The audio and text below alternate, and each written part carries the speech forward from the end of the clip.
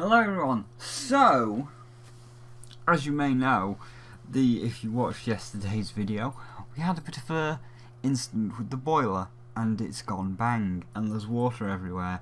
So my setup right now is not the best in the world, and I'm going to be honest with you, this recording might sound a little bit shit because I'm on the edge of my bed right now, but you know, I need to get the reviews up or they're going to stack up, because I've heard Yoshi and Poochie's Woolly World's coming out in 2 days, and then that's going to be 3 reviews, so I'm going to get the quick one out. I'm going to get Resident Evil 7 out, but it might sound a little bit shit, so I'm sorry if it's a little bit shit, because right now I'm on the end of my bed.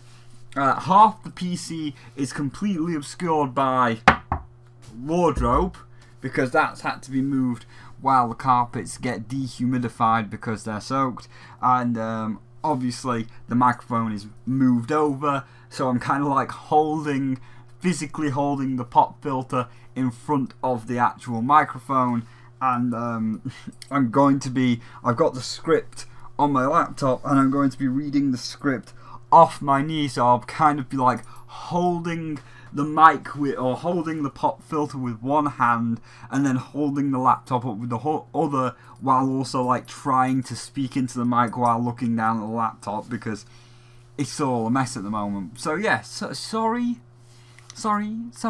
about that.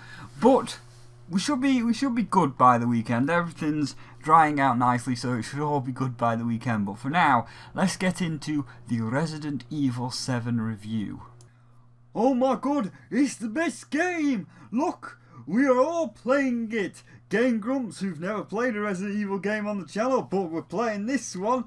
Oh, PewDiePie doesn't do that scream thing like an idiot anymore. Oh, but he's gonna go back to it just for this game. Also, let's throw Jackaboy and Marky on the pile and every other fucker on YouTube, because it's the best game in the entire world of the past 10 years. Best game of the generation, best game of the century, best game of the millennium. Now that might sound a little bit negative and sarcastic going into this, and I kind of am because of how it's set up. Not to say it's a bad game, but hear me out on this, as this is Resident Evil 7. So, starting off, all the key things in the sound and graphics departments look great. The background noise in the different areas of the house can create a sense of paranoia and dread, as you wonder if the creaking in the wall is just creaking or if the crazy man is going to burst through the wall. The graphical palette has been cast very nicely, and considering it only uses all the dull colours like brown and grey and such, it works well with the rundown aesthetic of the house. But of course, what's a nice game if it doesn't play nice? And herein is where I start to encounter the problem. Now, overall, the game plays a lot like Resi 4. You have a generous amount of safe rooms on the normal difficulty. All your inventory items are all organised in an nice handy inventory, and it does remind me a lot of the suitcase in Resident Evil 4. Everything mechanically is amazing and a return to form, and I love it. However, there are a few scenarios, some examples which I will speak physically to you in a moment, where you can really tell that they took too much inspiration from games that everybody else is saying. You see, everyone is praising it because it plays a lot like Outlast or Alien Isolation. And while that's not the worst thing in the world, to me it detriments the whole game, as everything, much like Outlast, is very predictable and very scripted, so it removes a lot of the main horror. So here are a few scenarios, some examples, which I will now speak physically to you. I will narrate the scenarios physically, and then you'll kind of get what I mean. Oh look, we're in a very clamped, claustrophobic tunnel full of water and we're going rather slow. I sure hope nothing scary pops out and jump scares me at the end. Oh no! A zombie! Ah! I would have never predicted that from the cramped claustrophobic tunnel that we were moving through very slowly. Oh man, here's Mr. Husbando Man walking into the kitchen and we have to sneak out around the kitchen. I wonder if Husbando is going to smash through the wall for a cheap jump scare because he's still in the kitchen to the right. Ah, you got me, Mr. Husbando. I would have never seen that coming. And in terms of scripted things, oh look, crazy bitch has pinned me to a wall and has cut my hand off with a chainsaw. Oh shit, I'm bleeding out. Oh fuck, I better find some bandages for this or I'm going to die. Oh, no, never mind. It's just a scripted event that has no implication or impact whatsoever. And even with my missing hand, I will never bleed out. I can reload, like I've still got my hand. I can climb up ladders, like I've still got my hand. And basically, all the shit, like I've still got my hand. It's kind of like my hand is just invisible. And in the very next scene, after we get knocked out, oh look, they slapped it back on, and it works just like a normal hand again, because, you know, that's how limbs work once they're cut off. Oh, it's like I never lost my hand at all. It's like it was just invisible for that one scripted scene, and the only reason is fucking gives it me back is because it was all scripted to give you a little bit of a jump scare and a little bit of a cringy moment as you watch your hand get cut off. And everything is like that. Basically, if you play the game, if you see something or hear something and you think something's going to happen, well, then it's going to happen. And this is where I come back to the Outlast. And I like it, yeah, it's great. You picked up some of the original horror roots from Outlast and you've got some of your own original horror roots back, but you've made yourself too much like Outlast and everything was extremely predictable.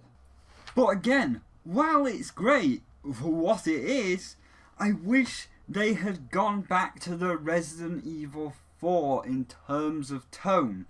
You see, because they went for the Outlast Alien Isolation road, everything is scary and serious for the most part. And yeah, Resident Evil is supposed to be a horror series. I'm not questioning that. But to me, the series was strongest with Resident Evil 4, where, while horror, it knew the plot was silly and made itself a horror comedy.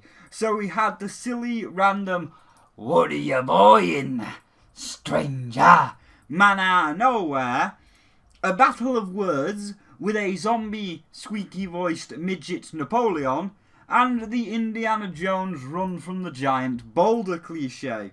They were all silly and didn't really fit, and we loved it. And at points, 7 starts to get that. The Baker family are silly and over the top. The encounters with them are some of the best in the game, but them moments are fleeting and over before you even get to start with them. Like the dad, out of all of them, Mr. Baker is the silliest and the most over the top out of them all, and could potentially be as memorable and as cheesy as Albert Wesker himself. But within the first hour of the game, here's his boss fight. Again, it's silly and fun and over the top. He destroys his own car and plays bumper cars with you. But he's dead now. That's it. I hope you liked funny, cheesy Mr. Baker. He's dead now. He's burning to death in front of your eyes. He's dead. He's not coming back. So, back to the predictable, normal, check the box jump scares. So, my final verdict for Resident Evil 7 is a pretty good 4 out of 5. It has quite a few flaws, like a lot of the jump scares are very predictable, and quite a few of the horror elements, like the aforementioned hand being cut off, is scripted, and you already know what's scripted, so even though it looks like you're in danger, you'll know that you're not in any real danger, and it does suck out some of the horror and does suck some of that tension out of those particular cutscenes and horror elements. And at times, because you know the jump scare's coming, or you know you're not in any danger from the horror element, it does kind of make the game a little bit boring at points. But despite the predictable jump scares, and despite the scripted horror moments, it's still a good game, and a return to form for the Resident Evil series. I, myself, would have preferred to see it go a little bit more silly, like Resident Evil 4, and keep the family members around a little bit longer than they were before they got killed off. But aside from that, the gameplay is on point. The inventory system is just like the briefcase from 4. The house feels like any of the giant mansions from the original 3 games. The family members, however fleeting, especially the father, are a joy to be trapped with and provide a very entertaining show to the point where they are very memorable, and maybe even as memorable as Mr. Wesker himself. So, if you're a fan of the Resident Evil series, then I'm pleased to announce that the series is back on track. Not quite at the level of 4, but it's still worth the money you spend on it. And if you also happen to like Outlast, then that's a bonus, as you might find some of the scripted jump scares amusing. If you're not a fan, I can't really recommend it at full price. But it's a good starting point if you're trying to get into the Resident Evil series. Either this one or Resident Evil 4, which is the best one.